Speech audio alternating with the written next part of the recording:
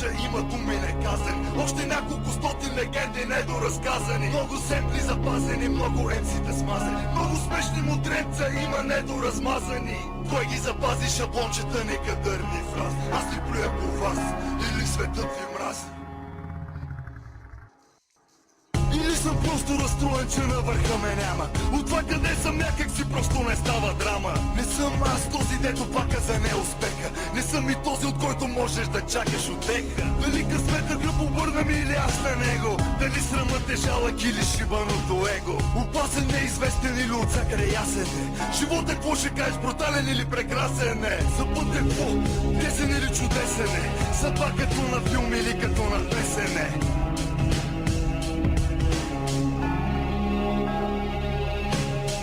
Няма как да знам какво е за Бога гората. Не мога и за рибата да знам какво е водата. Не знам и за облаците какво са небесата. И слънцето не знам как гледа на луната. Вратата може ли да съществува без стената?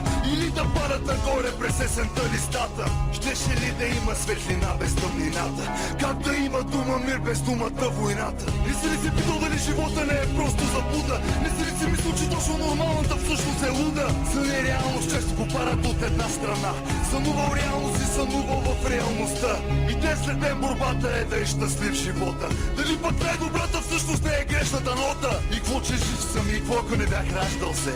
Нероден живял, умрял 50 пъти прераждал се. Дали не мога просто защото не вярвам, че мога? Или проблема е в това, че не искам, а не че не мога? Наркомана вижда розов момент думата дрога. Сега разбра, изложиш ли всичко, губиш от Бога.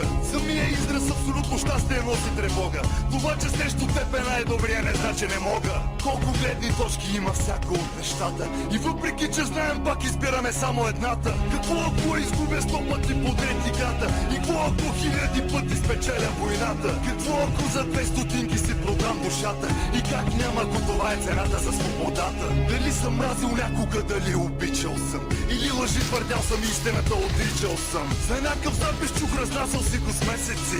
Оценката на хората си чакал за себе си. Ти какво помисли, като ти казаха рапър без?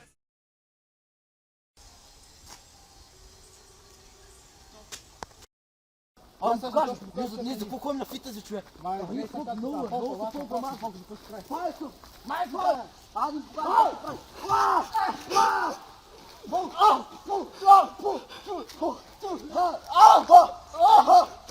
майко!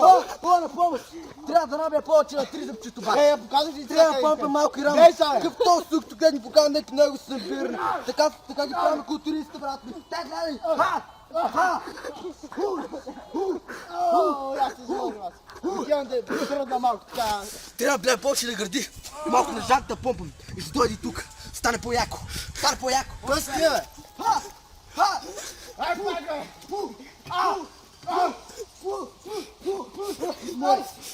Мори! Еле помпаш се много яко! Браво, браво! Аз само показвам толкова става, брате! Аз тръм трупаш, пажон тя! Не си ме разповедай!